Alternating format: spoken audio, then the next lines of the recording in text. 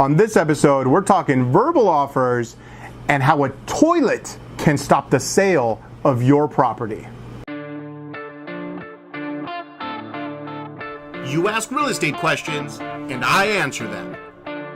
This is the Ask Daniel Los Angeles Show.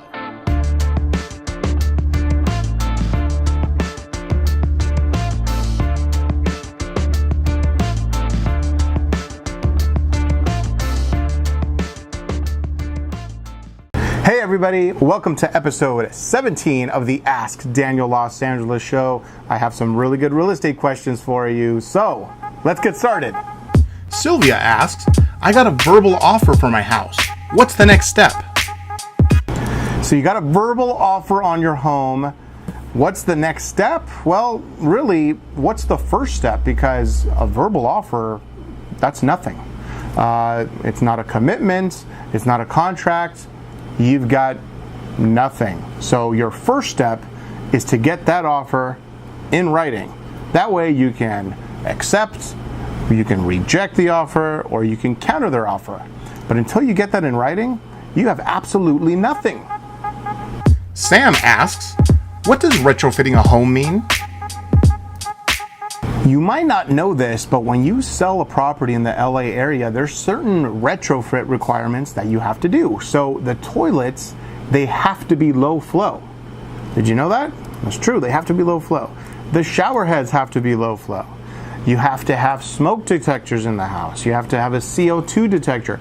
These are things that are mandatory. You have to have them in order to sell your home. So that's additional money that you're gonna have to put into your property if you don't meet those requirements. And there's companies out there that'll come in and do all the work for you, or you can do it yourself. That's really up to you. But retrofitting has to be done before you close escrow. Marco asks, we're going to start looking for houses. What's the process in terms of pre-approval? Should we get approved for the loan first, or pick out a couple of houses we like and then get the pre-approval?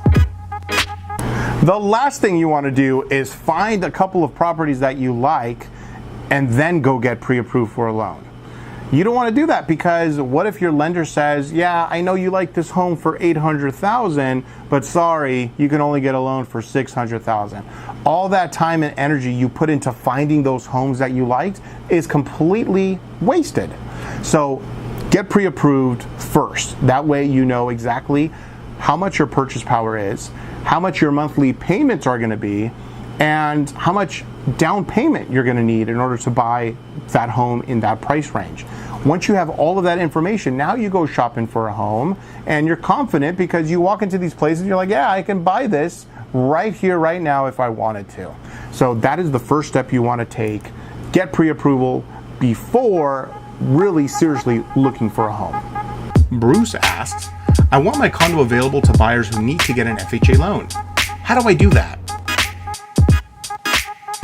Many years ago, when I lived at a condo, the first thing that I did when I purchased was I got onto the board, and I wanted to know everything that was going on inside that complex. And what I kept pushing for from day one was, let's get this complex FHA approved.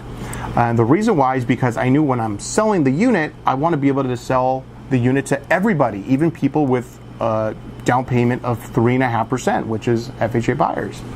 So I pushed and pushed and pushed, and it took a couple of years, but the HOA, they finally agreed to do it.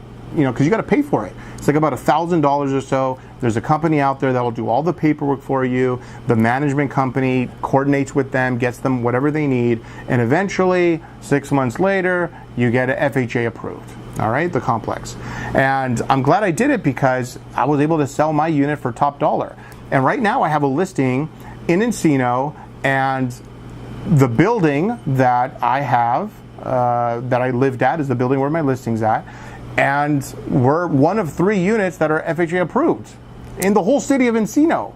So not a lot of people have it.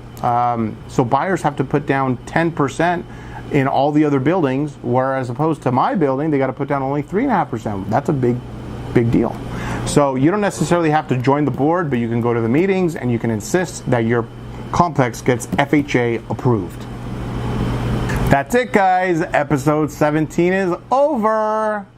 follow me on Instagram. I have over 10,000 followers now. Come join us at Daniel Los Angeles is where you can find me on Instagram. You keep asking real estate questions and I'll keep answering them.